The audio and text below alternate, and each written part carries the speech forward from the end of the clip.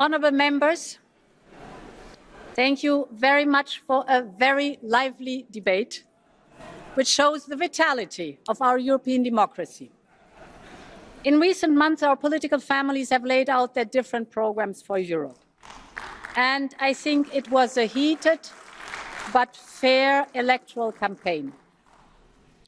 And for the second time in a row, the turnout in European elections went up, reversing decades of decline. The people of Europe have shown that they care and that they want to make their voice heard. This is a good sign for European democracy.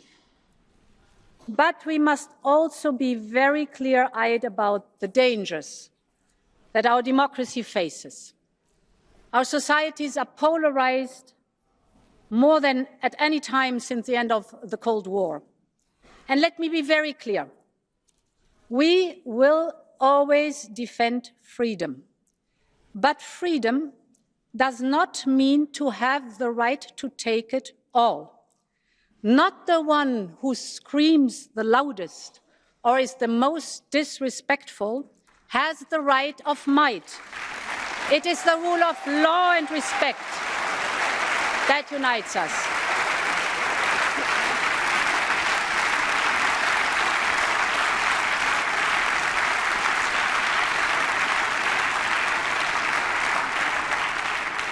And thank you for the show of wide support in this House of Democracy, for the respect for each other as the foundation of democracy.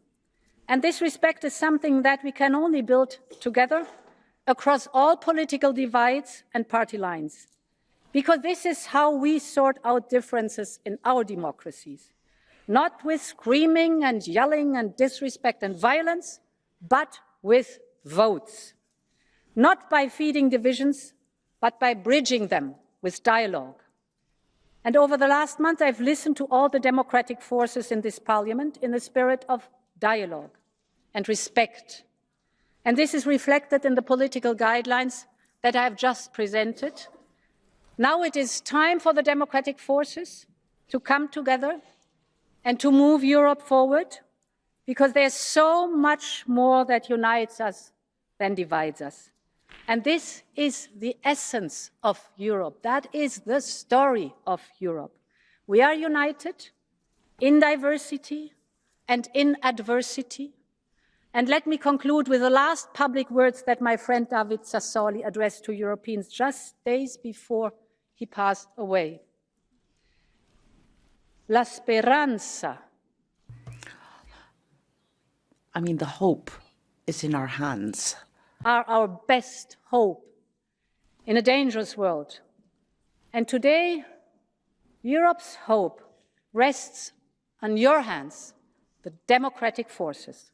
Thank you, and long live Europe.